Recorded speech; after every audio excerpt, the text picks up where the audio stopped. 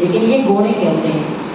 जो यौगिक विषय होता है कि उस व्यक्ति के जीवन में वो कौन सी घटना थी जिसने उसको महान बनाया, और वो कौन सा कर्म विशेष था जिससे वो महान बन गया।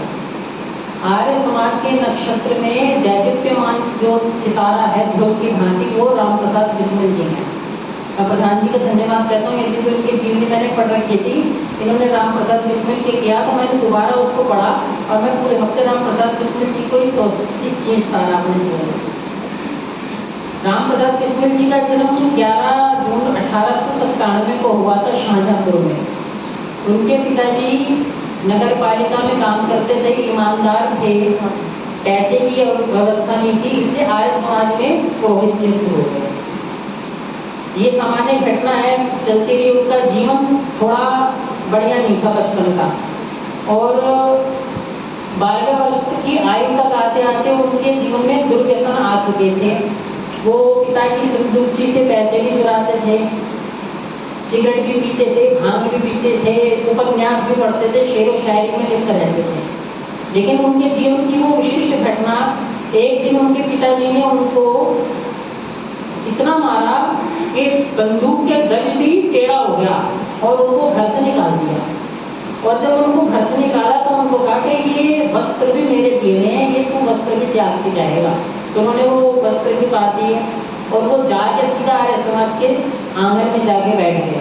वो लिखते हैं, मेरे जीवन में सबसे विशिष्ट घटना वो थी जब मुझे पिताजी ने घर से निकाला और मैं आर्य समाज में आके बैठ गया।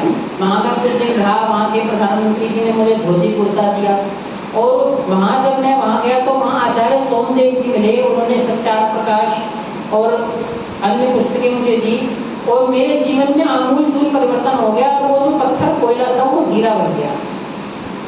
फिर वो वहाँ उनके मन में विचार में क्रांतिकारी परिवर्तन हुए। लेकिन जो सुयोगी व्यक्ति होता है ना, वो अपने दुर्व्यसनों को भी गुणों में निर्धारित कर लेता। वो कहते हैं, वो जो शेर व शायरी थी वही मेरे काम आई, जो राष्ट्रभक्ति की उन्होंने श्रेष्ठ गजलें पुस्तकें लिखी। और बाद में वो इतने उच्च कोटि के साहित्यकार बने कि उनकी गजलें बोल बोल के लोग फांसी के फंदों को चूम के लपटते। और उन्होंने अपनी जीवनी जो लिखी वो हिंदी साहित्य की एक उत्तम कृति मानी जाती है, सर्वोत्कृष्ट कृति मानी जाती है। सोमदेव जी का संस्कार पड़ गया। सोमदेव सत्यार्थ प्रकाश ने उनके जीवन को परिवर्तित करके रख दिया। वो कहते हैं, मेरे जीवन में सबसे बड़ी घटना थी सत्यार्थ प्रकाश, ऋषि दयानंद, आर्य समाज और भाई परमानंद जी की जो फांसी हुई। तो उन्होंने ये देख लिया कि अनुनय विनय से कोई काम नहीं चलेगा, अब सशक्त क्रांति होगी। उन्होंने एक हिंदुस्तान रिपब्लिक एसोसिएशन बनाई, NHRI, जिसके चंद्रशेखर आजाद जी भी थे और आपके भगत सिंह भी उसके बने। और उनके जीवन में एक बड़ा विशिष्ट घटना घटती है अशफाक उल्लाह खान की। अशफाक उल्लाह खान जो थे वो उनके सहपाठी थे। यद्यपि वो रिपब्लिक एसोसिएशन में आना चाहते थे, लेकिन वो उनको पसंद नहीं करते थे इस विषय में कि वो उनको सदस्य बनाना नहीं चाहते थे। पर धीरे धीरे उनकी नेक नियति और नेक दिली से वो इतने आपस में प्रेमी हो गए। वो एक थाली में भोजन करते थे। वो 5 वक्त के नमाजी थे, लेकिन कई घंटे आर्य समाज में रहते थे। और रामप्रसाद बिस्मिल के सानिध्य को प्राप्त करके अशफाक उल्लाह खान कहते हैं कि मेरा जीवन परिवर्तित हो गया। और रामप्रसाद बिस्मिल को अपना गुरु, भाई और मित्र मानते थे। और एक बार वो इतने बीमार पड़े कि उनके मुख से राम राम निकलता रहा। तो घर वाले सोचने लगे तो विधर्मी हो गया। फिर उनके बड़े भाई ने कहा, ये उस राम को याद कर रहा है, रामप्रसाद बिस्मिल को, तो उसको बुलाओ। फिर रामप्रसाद बिस्मिल को बुलाया गया। और रामप्रसाद बिस्मिल जी कहते हैं कि हे अशफाक उल्लाह, तूने मेरा चेहरा उज्जवल कर दिया। न्यायालय में तुझे मेरा लेफ्टिनेंट कहा गया है और मैं गद्दार हूँ कि तेरे जैसा मित्र पाया मैंने। लेकिन वो कहते हैं कि मेरा जीवन आपने उज्जवल कर दिया। क्योंकि जब आर्य समाज में कुछ मुसलमान आए और उन्होंने कहा कि तू कहाँ इन चक्रों में फंस रहा है, निकल इसमें से, तो वो कहते हैं कि कम से कम एक मुसलमान तो होने को जो फांसी पे चढ़े आजादी के लिए, जिसका नाम तो हो, तुम कह सको कि एक मुसलमान ही खड़ा है। तो फिर उन्होंने ये भी कहा कि यद्यपि मेरे घर में पुनर्जन्म नहीं है, पर मैं अगर अल्लाह के सामने अगर कभी मुझे कुछ चीज़ प्राप्त करने को वो दे तो मैं ये कहूँ कि मुझे तू जन्नत ना दे, मुझे तू दूसरा जन्म दे, ताकि मैं उसे भी अपने राष्ट्र को समर्पित कर सकूँ। ये राम प्रसाद बिस्मिल जी का संदेश था जो अशफाकुल्लाह खां को भी हीरा बना दिया। हाँ, अच्छा, राम प्रसाद बिस्मिल जी क्रांतिकारी विचारधारा के थे। वो लेख लिखते थे, उस लेख को और पुस्तकों को छाप कर वो बेचते थे और उससे हथियार खरीदते थे। उन्हें सशस्त्र क्रांति का वो था कि वे सशस्त्र क्रांति से ही हमारा राष्ट्र, मैनपुरी षड्यंत्र केस हुआ, उसमें उन्होंने पुस्तकों से हथियार खरीदे, उसमें वो पकड़े गए और 1 साल की उनको सजा भी हुई। और वो कहते हैं कि वो जो जेल यात्रा थी वो मैं यूनिवर्सिटी में गया था और वहाँ मैं गया तो राम प्रसाद था, लेकिन निकल के आया तो बिस्मिल होके निकल के आया। वहाँ उनको बहुत क्रांतिकारी सदस्य मिले और उनका और प्रबल दृढ़ इच्छा शक्ति होगी अब राष्ट्र के लिए जो ये है उसमें बलिदान तो देना ही पड़ेगा। देखिए, उनके जीवन में 2 घटनाएं ऐसी हैं जो इतनी मार्मिक हैं। एक, जब काकोरी कांड होता है, अशफाकुल्लाह खां शुरू में तो असमर्थन नहीं करते, पर वो बाद में समझ जाते हैं कि ये भी नितांत आवश्यक है। काकोरी कांड में जब उनको गिरफ्तार किया जाता है, 2 साल वो स्वतंत्र रहे, लेकिन मुखबिरी में वो पकड़े गए और अंग्रेज इतना भयक्रांत थे बिस्मिल नाम से, वो कहते थे कि जैसे सिंह को पकड़ लिया हो। और उनके साथ कोई रियायत नहीं बरती गई। CID ऑफिस में उनके साथ 3rd डिग्री का इस्तेमाल भी किया गया, उनको मारा भी गया, उनकी हथकड़ियाँ थी, उनके हाथ सूज गए थे, उनके पाँव में 28 किलो की बेड़ियाँ डाली गई थी, जो बड़े गर्व से कहते थे ये तो राष्ट्र की प्रतीक की चिन्ह है। और उनको बेल्ट से पीटा गया, 3 दिन तक उनको यातनाएं दी गई, 72 घंटे उनको जबरदस्ती जगाया गया और उन्हें ऐसी काल कोठरी में रखा गया था जहाँ 23 घंटे अंधकार में रहते थे, नमी में, और 1 घंटा सिर्फ धूप मिलती थी। मानसिक रूप से तोड़ना। उन्होंने कहा तुम मेरे शरीर के साथ कुछ भी कर लो, मैं नाम नहीं बोलूंगा। उन्होंने नाम भी नहीं बताया। आदित्य ब्रह्मचारी रहे वो, जब उनका जीवन परिवर्तन हुआ वो ब्रह्मचारी रहे। उसके बाद धीरे धीरे वो केस खुलता रहा, केस में उनके ऊपर देखो राष्ट्रद्रोह का केस लगाया और उसमें फांसी दी गई उनको। और उन्होंने कहा था कि हमने कोई हत्या नहीं करी है, 4000 रुपए लूटे थे हथियार लाने के लिए ताकि हम सशस्त्र क्रांति कर सके। उसके बाद जब उन्हें लगा कि अब तो मुझे फांसी होगी तो उन्होंने अपनी जीवनी लिखी पांडुलिपि में और अपनी जीवनी सारी लिखते रहे। वहां उनको ऐसी ऐसी मानसिक यातनाएं दी जाती थी कि जेलर रोज आके कहता था कल तुम्हारी फांसी है। वो कहते थे अच्छा जी। फिर वो अगले दिन आता था कल तुम्हारी फांसी है। तो हर बिस्मिल जी कहते थे मेरी फांसी बड़ी विशिष्ट है, रोज मुझे फांसी होती है। तो बिस्मिल जी का जीवन में और भी बहुत घटनाएं, जैसे बिस्मिल जी जेल में प्रातःकाल 4 बजे उठते थे, संध्या यज्ञ करते थे, नित्य व्यायाम करते थे। उनको भोजन बहुत ही घटिया और बहुत कम दिया जाता था।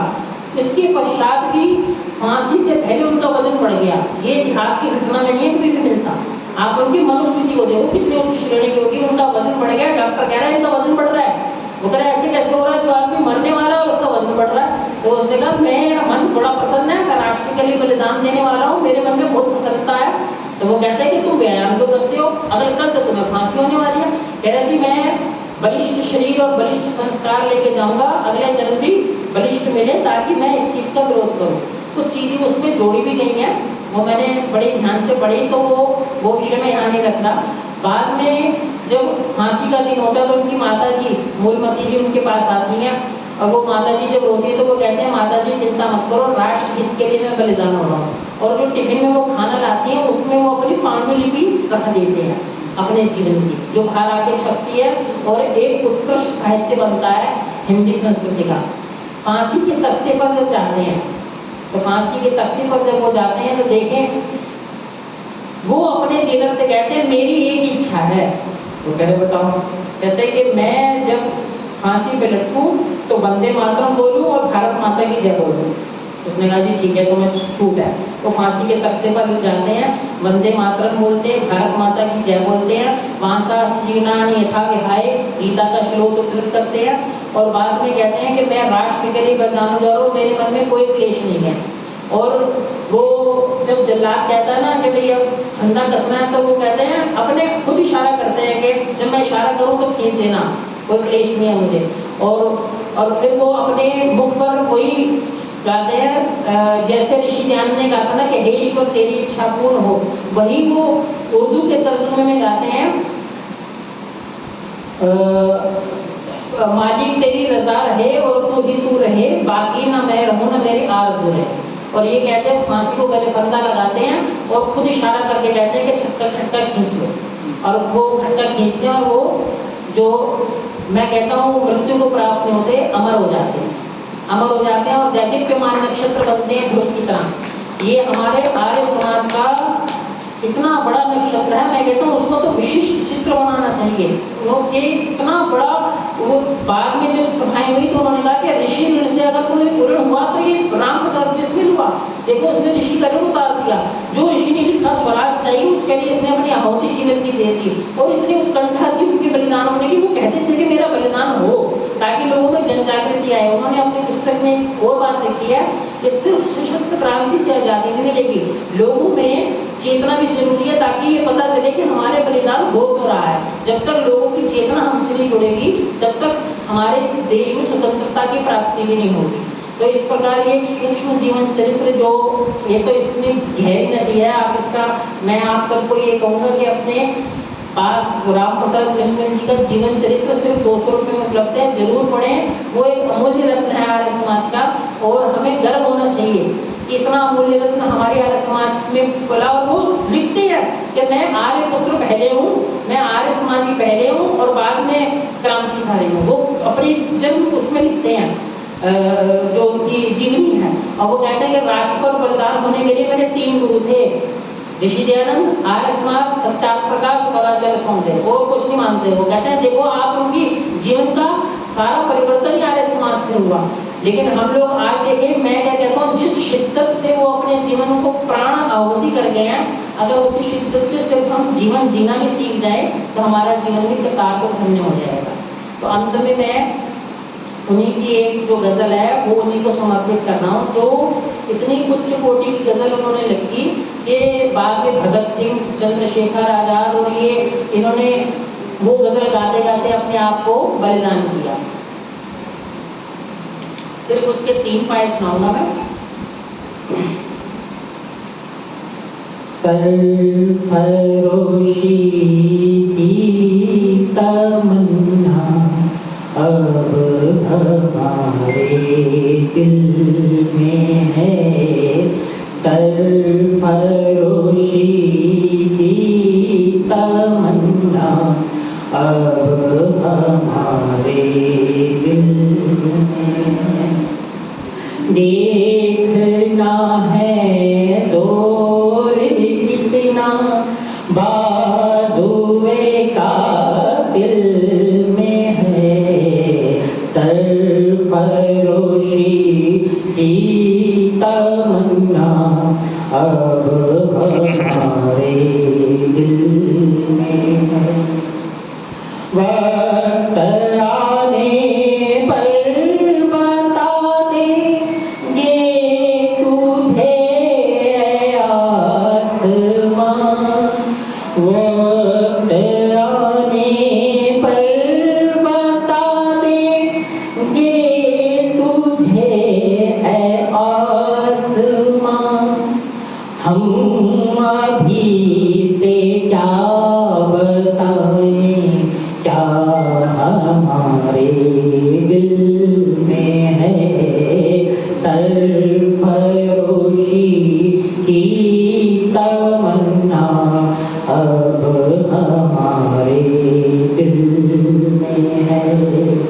देखना है जोर कितना बाजुए कातिल में है, सरफरोशी की तमन्ना अब हमारे दिल में है। खींच लाई है सभी को कत्ल होने की उम्मीद, खींच लाई है सभी को कत्ल होने की उम्मीद। आज दीवानों का मेला, आज